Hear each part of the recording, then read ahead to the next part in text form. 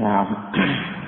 بسم الله الحمد لله والصلاة والسلام على رسول الله وعلى آله وأصحابه ومن والاه ما بعد. يا أيها الذين آمنوا إذا جاءكم المؤمنات مهاجرات فامتحنوهن. Hai orang-orang yang beriman, apabila datang kepada kalian wanita-wanita mukminah dalam keadaan berhijrah, famtahinuhun, maka ujilah mereka. Sebagaimana telah lewat. Ini terkait dengan Sulh Hudaybiyah. Sulh Hudaybiyah yang terjadi pada tahun 6 Hijriah antara Rasulullah sallallahu alaihi wasallam dengan kuffar Quraisy yang diwakili oleh Suhail bin Amr dan juru tulisnya adalah Ali bin Abi Thalib radhiyallahu taala anhu. Yang salah satu poinnya adalah apabila ada dari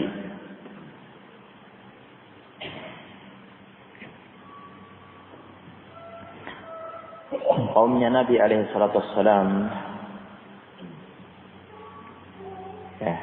dari Madinah ke Makkah, maka tidak dikembalikan. Apabila dari kaum Quraisy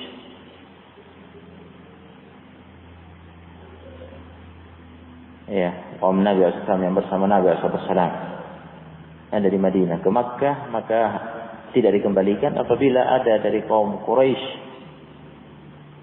di Makkah datang ke Madinah, maka wajib dikembalikan.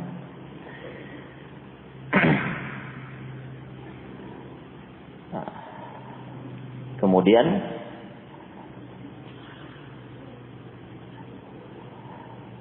datang wanita-wanita mukminah, yakni datang wanita-wanita yang masuk Islam, beriman, kemudian berhijrah meninggalkan Makkah, ingin bergabung dengan Nabi SAW di Madinah. Apakah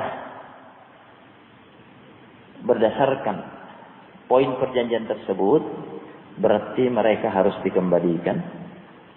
Jawabannya tidak. Sebagaimana pada kelanjutan ayat, Allahu a'lam bi imanihin fa in 'alimtumuhunna mu'minatin fala tarji'uhunna ila al-kuffari la hunna hillul lahum wa lahum yahilluna lahun. Nah, tetapi permasalahannya adalah mereka tidak dikembalikan ke Makkah. Berdasarkan ayat ini. Apakah berarti ayat ini sebagai nasikhah? Ayat ini nasikhah, memansuh, menghapus hukum yang terkandung pada poin perjanjian Sulh Hudaybiyah tersebut? Ataukah ayat ini mukhassisah, mentakhsis,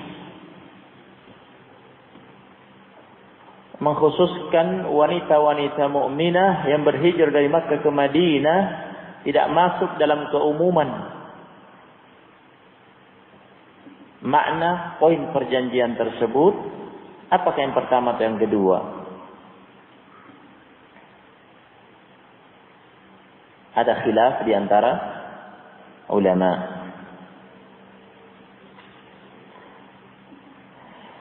Ada khilaf di antara ulama. Dijelaskan khilaf ini oleh Ibn al-Jawzi dalam Zadul Masir dan Asy-Syaukani dalam Fathul Qadir. Ana mendapati dua ahli tafsir ini sangat bagus dalam menjelaskan tafsir ayat-ayat ini.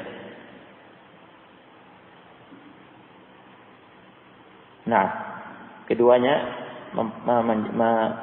menjelaskan dengan gamblang adanya khilaf. Ya, terutama Ibnul Jauzi dalam Zadul Masir.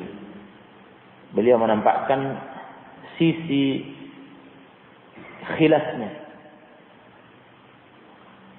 Yani kata Ibnul Jauzi, ulama berbeda pendapat apakah raddun nisa, mengembalikan ya wanita yang pergi dari salah satu belah pihak ke pihak yang lain, dikembalikan lagi, ya, apakah itu masuk dalam poin perjanjian hudnah sulh Hudaybiyah secara lafaz, atau masuk dalam keumuman makna poin perjanjian itu? Ini ada dua kemungkinan. Jadi ulama berbeda pendapat. Sebagian ulama memahami bahwa mengembalikan ya wanita yang datang dari salah satu pihak ke pihak yang lain, baik dari Makkah ke Madinah atau dari Madinah ke Makkah, ya, harus dikembalikan. Itu masuk dalam poin perjanjian sulh Hudaybiyah, termasuk dalam poin perjanjian sulh Hudaybiyah secara lafaz. Yakni memang ada terlafazkan dalam poin itu bahwa wanita ya, yang datang dari salah satu belah pihak ke pihak yang lain harus dikembalikan. Terlafaz dalam poin perjanjian. Ada sebagian ulama yang berpendapat demikian. Berdasarkan pendapat ini, maka ayat ini yang melarang dikembalikan, fala fa in alimtumuhunna mu'minatin fala tarji'uhunna, setelah kalian uji dan kalian memastikan, mengetahui bahwa wanita-wanita itu mukminah, benar-benar beriman dan berhijrah karena Allah dan Rasulnya, maka jangan kalian kembalikan. Lahunna hillun lahum wa lahum yahilluna lahun. Ayat ini nasikhah li dzalikal hukm fi sulh Hudaybiyah. Ayat ini nasikhah, yakni memansuh, mengangkat hukum, menghapus hukum yang tertera pada poin perjanjian sulh Hudaybiyah yang tertulis secara lafaz. Itu dihapus hukumnya berdasarkan ayat ini.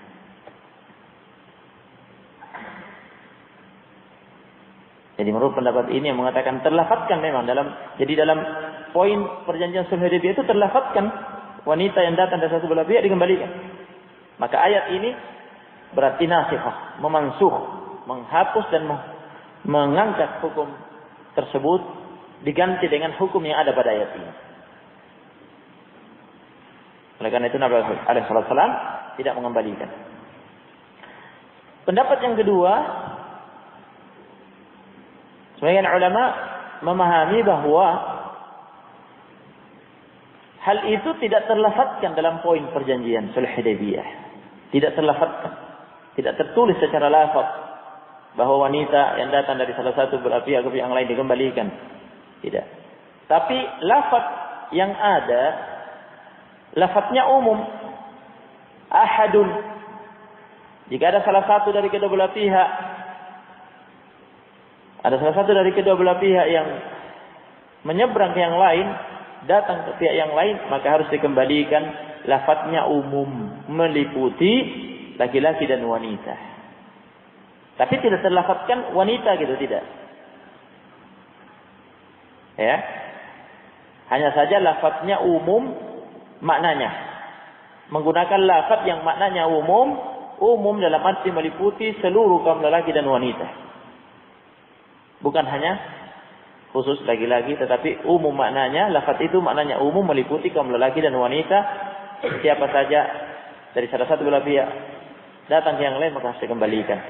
Berdasarkan pendapat ini maka ayat ini fala tad'uhunna ilal kuffar lahunna hillun lahum wa lahum lahunna hillun lahum wa lahum yahilluna lahun, maka ayat ini mukhassisah lidzalikal umum. Ayat ini ya kedudukannya mukhassisah, mentakhsis, mengkhususkan kaum wanita keluar dari keumuman makna poin perjanjian itu. Bahwa khusus wanita tidak masuk. Tidak boleh dikembalikan. Wanita yang diketahui beriman, hijrah, jangan kalian kembalikan. Ayat ini memberi pengkhususan hukum untuk wanita tidak masuk dalam keumuman poin perjanjian. Difahami ini? Nah, ini jadi jelas dengan keterangan Ibnul Jauzi rahimahullah dalam Zadul Masir. Jika kalian antum membaca dalam kitab-kitab tafsir, ada yang mengatakan mukhassisah, ada yang mengatakan nasikhah. Kenapa dianggap mukhassisah? Mengkhususkan. Kenapa dianggap nasikhah, menghapus? Itu tadi. Apabila dianggap bahwa terlafadzkan dalam poin perjanjian itu, dilafadzkan wanita juga termasuk yang tidak, ya, termasuk yang dikembalikan, maka berarti ayat menghapus hukum itu, nasikhah. Apabila tidak terlafadzkan wanita, tetapi penggunaan lafaz yang digunakan pada poin perjanjian itu maknanya umum yang meliputi kaum lelaki dan wanita, berarti ayat mukhassisah, mengkhususkan wanita keluar dari keumuman makna poin perjanjian. Difahami ini? Nah, ala kulli hal, baik ya, mukhassisah atau nasikhah, baik nasikhah atau mukhassisah, yang mana saja dari kedua pendapat itu, yang jelas wanita dibedakan hukumnya. Setelah diuji dan diketahui keimanannya, hijrahnya karena Allah dan Rasulnya, maka tidak boleh dikembalikan. Nah, difahami ini? Barakallahu fikum. Berikutnya telah disebutkan pula pada majelis sebelumnya sebab nuzul al-ayah, sebab turunnya ayat ini terkait dengan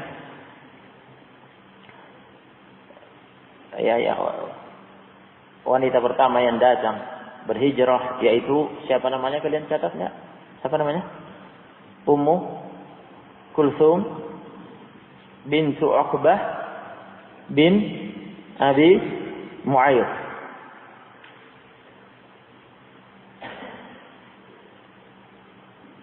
Dalam Sahih Al-Bukhari, dan ini yang disebutkan oleh Syekhuna Muqbil Al-Wadi'i rahmatullah alaih dalam kitabnya As-Sahihul Musnad min Asbabin Nuzul. Ummu Kulthum, yaitu berdasarkan kedatangan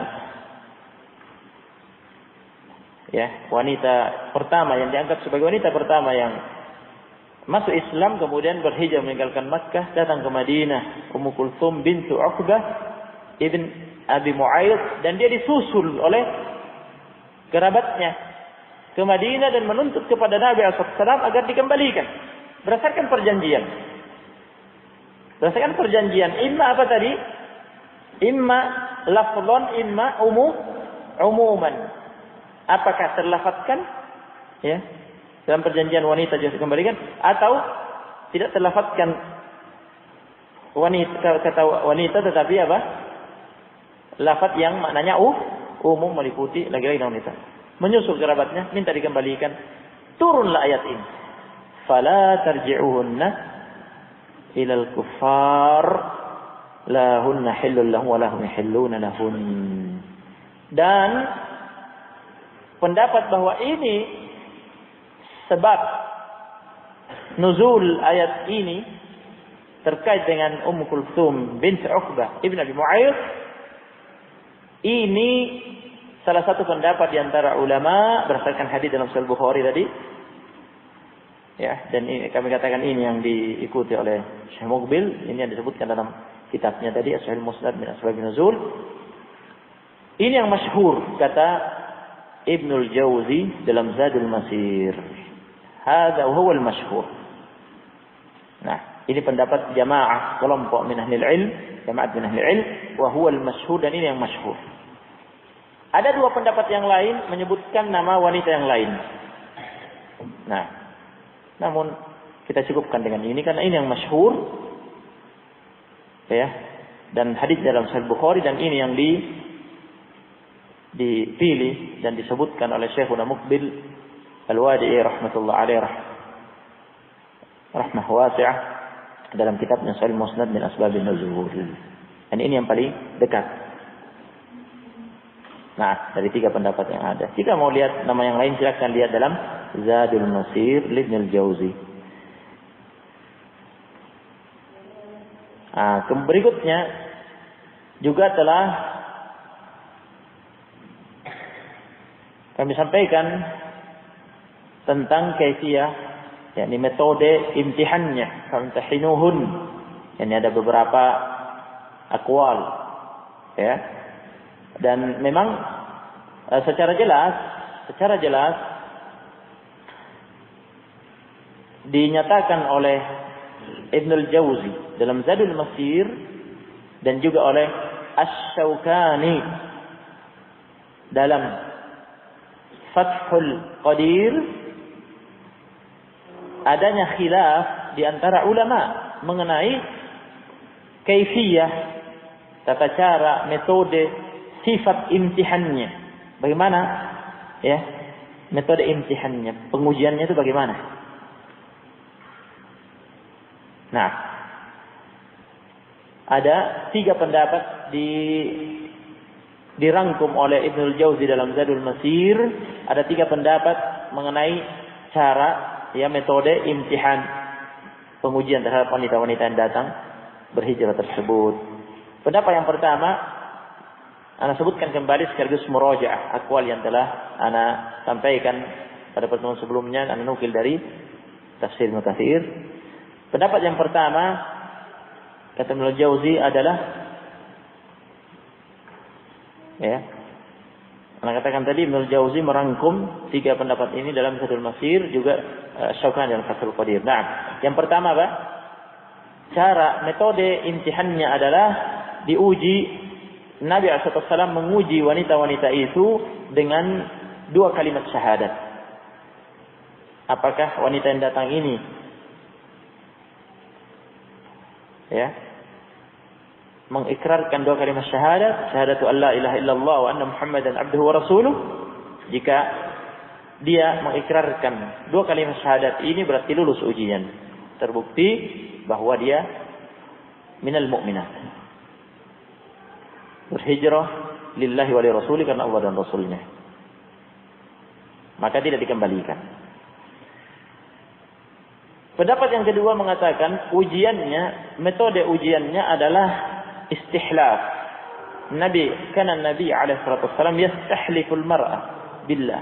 Nabi alaihi salatu wasallam memintanya bersumpah. Meminta wanita yang datang untuk bersumpah. Wallahi, demi Allah, ma kharajtu min bughdi zawj.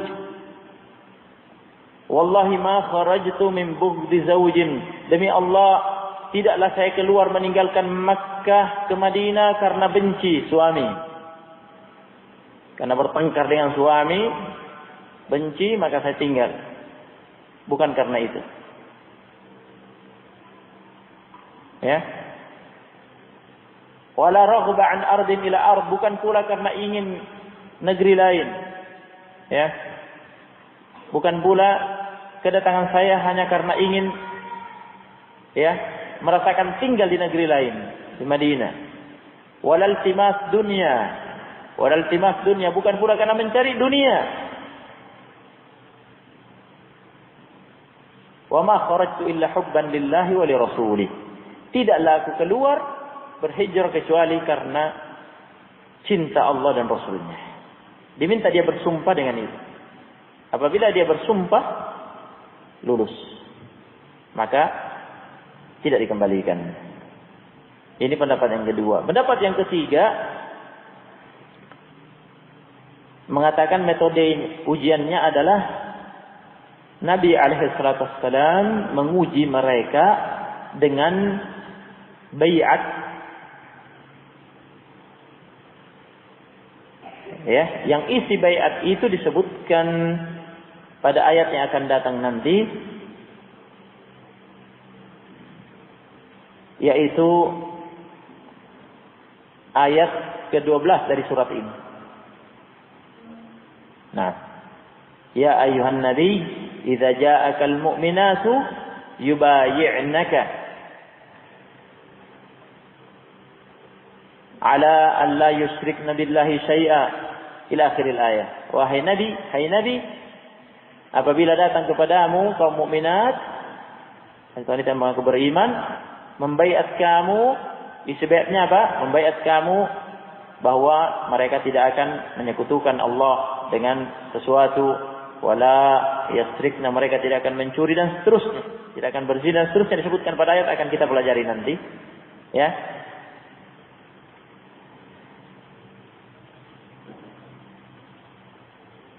Apabila wanita yang datang itu mengikrarkan baiat dengan hal-hal tersebut, dari isi baiat disebutkan pada ayat tersebut, berarti lulus, maka tidak dikembalikan. Nah, ini 3 pendapat.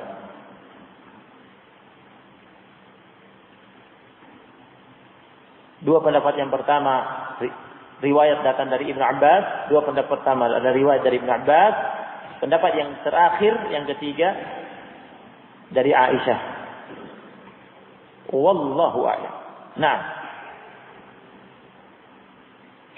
ya ayyuhalladzina amanu idza ja'akumul mu'minatu muhajiratin famtahinuhun Allahu a'lam biimanihin. Jumlah ini jumlah i'tiradiyah dalam ilmu nahwu, jumlah mu'taradah, jumlah i'tiradiyah, yakni kalimat yang menengahi, ya, antara dua kalimat yang terkait satu sama lainnya. Karena kelanjutan kalimat pada ayat idza ja'akumul mu'minatu muhajiratin famtahinuhunna, kelanjutannya adalah fa in alimtumuhunna, maka uji mereka. Kemudian apabila kalian mengetahui dengan ujian itu mereka mukminat, fala tarji'uhunna ilal kufar, maka jangan kembalikan kepada orang kafir. Ditengahi, diselingi dengan ayat antara kedua kalimat yang saling terkait ini, Allahu a'lamu biimanihin, untuk menjelaskan bahwa kewajiban kalian hanya menguji, mengetes, wal 'amalu bidzahir, dan beramal dengan zahir al-umur.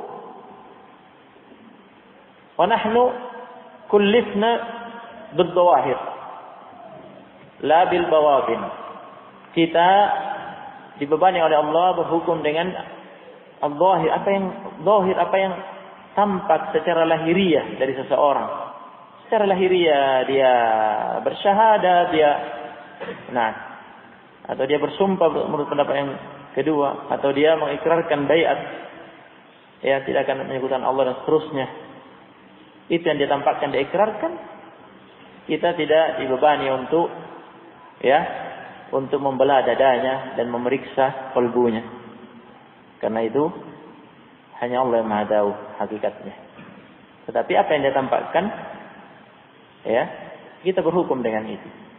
Selama dia memenuhi ujian, lulus, maka masuk. Hakikatnya Allahu a'lamu biimanihin. Allah yang lebih tahu, yang Maha tahu tentang keimanan mereka yang sesungguhnya. Itu urusan Allah, bukan urusan kita. Baik. Kemudian lahunna hillul lahum wa lahum yahilluna lahun. Ini penjelasan illat, faktor hukum kenapa mereka tidak boleh dikembalikan kepada orang-orang kafir setelah dites, diuji dan lulus, diketahui lahiriahnya, secara zahir lahiriahnya beriman, tidak boleh kembali ke orang-orang kafir. Illat hukumnya adalah lahunna hillul lahum, wanita-wanita yang beriman itu tidak halal bagi laki-laki kafir, walahum yahilluna lahun, dan tidaklah hum, orang-orang kafir laki-laki kafir itu, yahilluna lahun, halal untuk wanita-wanita beriman tersebut. Nah, seperti telah disampaikan bahwa ini dalil tidak boleh dan tidak sah pernikahan, ya, beda agama, ya, wanita muslimah, mukminah menikah dengan laki-laki kafir. Begitu pula sebaliknya. Nah, yang sebaliknya akan ditunjukkan ayat yang akan datang nanti. Wala tumsiku bi asamil kawafir.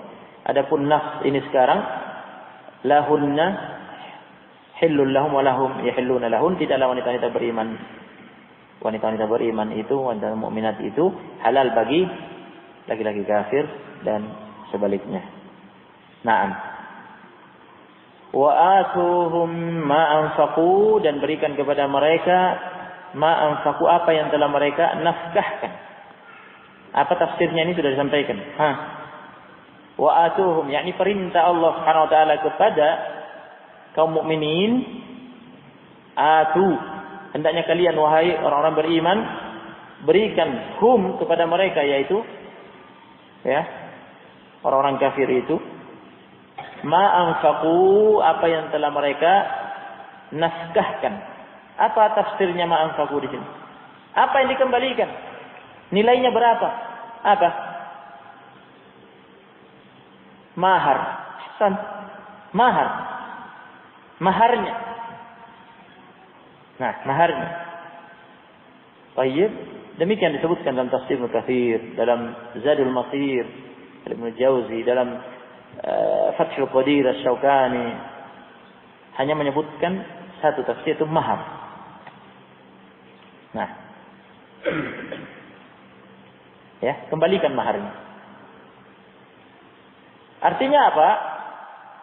Jika suaminya menuntut, nah, istrinya lari karena beriman, dia lari dari suaminya karena suaminya masih kafir, tinggal berhijrah hubban lillahi wa li rasulih, karena mencintai Allah dan Rasulnya, datang ke Madinah, lepas dan tidak dikembalikan, maka ya dia kehilangan istrinya ke tangan kaum mukminin.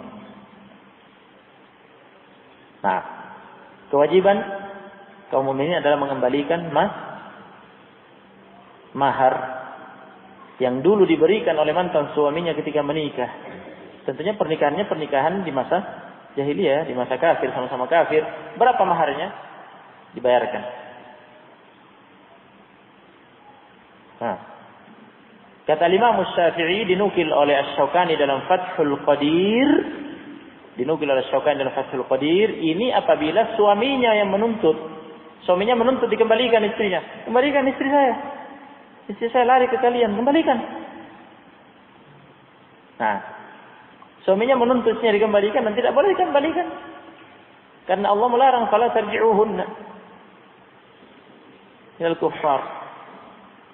Maka ditebus dengan dikembalikan apa? Maharnya. Karena dilepas ini sekarang.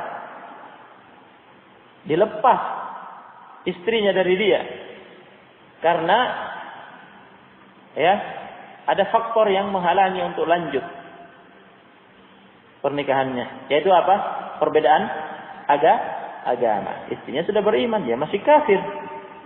Maka tidak bisa lanjut. Dilepas, dipisah. Ya.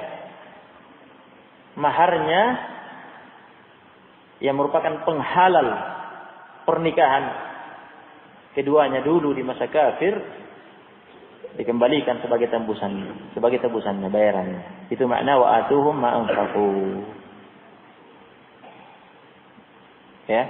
Adapun jika suaminya tidak menuntut, kata Syafi'i tidak. Jika suaminya tidak menuntut dikembalikan istrinya, maka tidak perlu dibayarkan.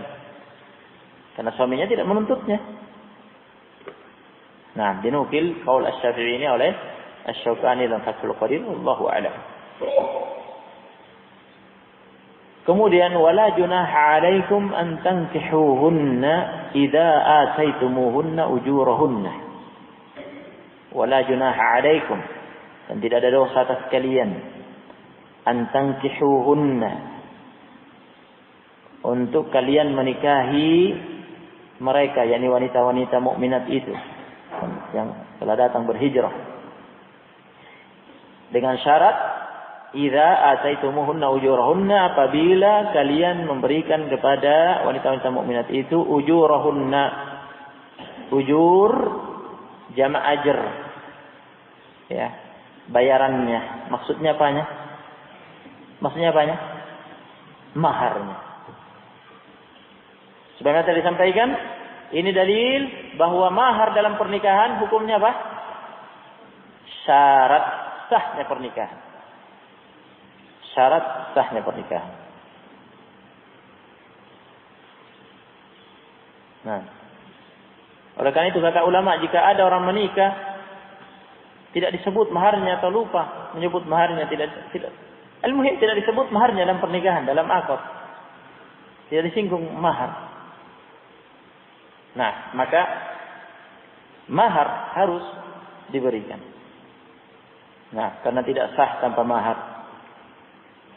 Nah, maka diberi mahar dengan mahar senilai wanita-wanita yang semisal dengan dia. Wanita-wanita yang semisal dengan dia, ya, derajatnya di mata masyarakat, di masyarakatnya jika dia menikah biasanya maharnya berapa?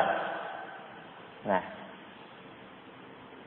ya, jika dia menikah biasanya yang setingkat dia, ya, keluarga setingkat dia, wanita yang dari keluarga seperti dia, biasanya mahar wanita yang sederajat dengan dia berapa biasanya diberikan senilai itu. Nah, jika tidak disebut maharnya dalam akad pernikahan, itu sebagai gantian. Karena harus ada mahar, tidak sah tanpa mahar. Nah, dan mahar bukan berarti harus diberikan saat itu, bisa menyusul, tidak masalah. Nah, baik.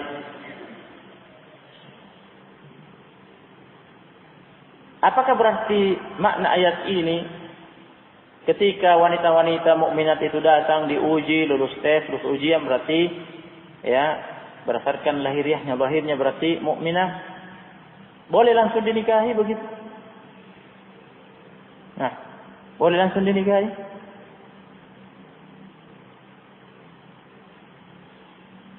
Apakah ayat menunjukkan demikian?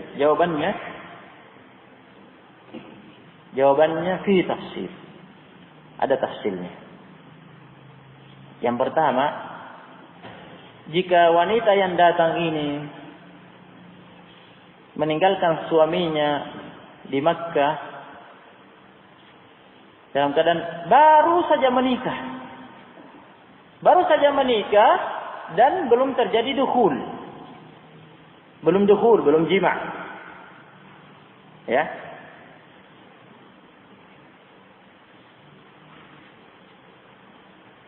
Maka keislaman wanita ini menjadi faktor, ya, furqah, terpisahnya keduanya karena beda agama, dan karena belum dukhul, belum jima', maka tidak ada masa iddah yang dijalani. Tidak ada masa iddah yang dijalani, bisa langsung dinikahi. Ini rincian yang pertama. Rincian yang kedua, apabila sudah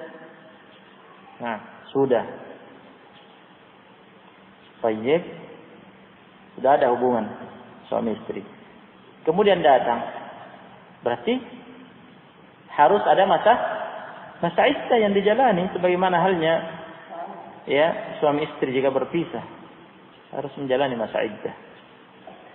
Tidak bisa langsung dinikahi, harus menjalani masa iddah. Nah, harus menjalani masa iddah, masa penantian. Difahami ini? Jika ternyata wanita ini menjalani masa iddah, belum selesai iddahnya, menyusul suaminya masuk Islam, datang juga ke Madinah, menyusul istrinya, maka kembali ketemu karena masih suami istri karena masih dalam masa iddah. Bisa dipahami? Tidak perlu dinikahkan ulang, gitu. Tidak perlu dinikahkan ulang. Dipertemukan kembali berdasarkan pernikahan yang awal dulu ketika mereka nikah di masa kafir. Nah, karena masih dalam masa iddah.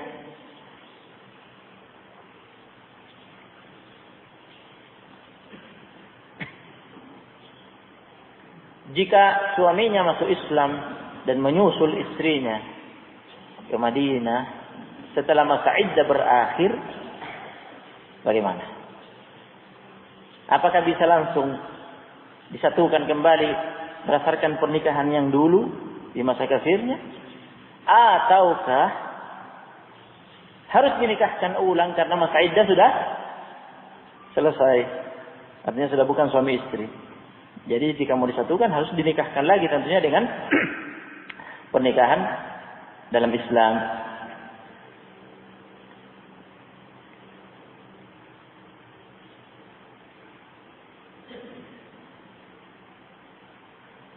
Yang dirajihkan oleh Syekhul Islam Ibnu Taimiyah dan didukung oleh Ibnu Utsaimin dalam Asy-Syarh Al-Mumti',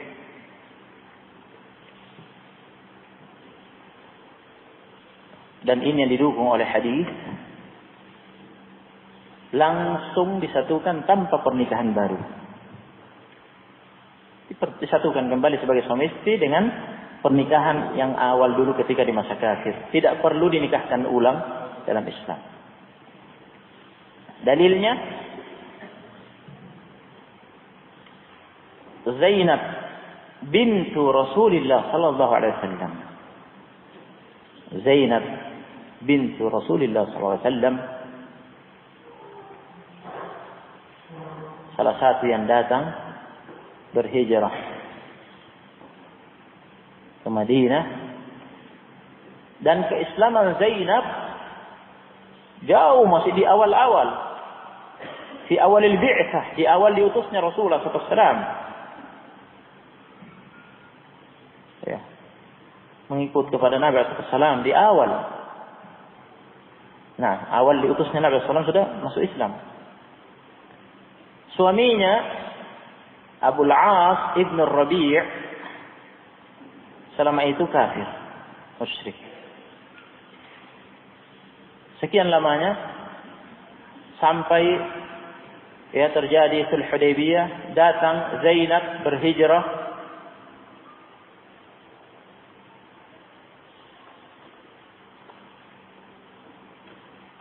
ke Madinah, menyusul Abul As bin Rabi' masuk Islam dan menyusul ke sana, menyusul istrinya masuk Islam. Padahal jarak antara keislaman keduanya sangat jauh kan? Nah, di awal diutusnya Nabi SAW, Zainab radhiyallahu anha sudah berislam. Nabi SAW tinggal di Makkah berdakwah sejak diutus. Jadi Nabi dan Rasul berapa tahun tinggal di sana di Makkah? 13 tahun. Kemudian setelah hijrah Nabi SAW, Sulh Hudaybiyah terjadi tahun 6 Hijriyah. Setelah itu baru datang Abul As ibn Rabi' menyusul masuk Islam.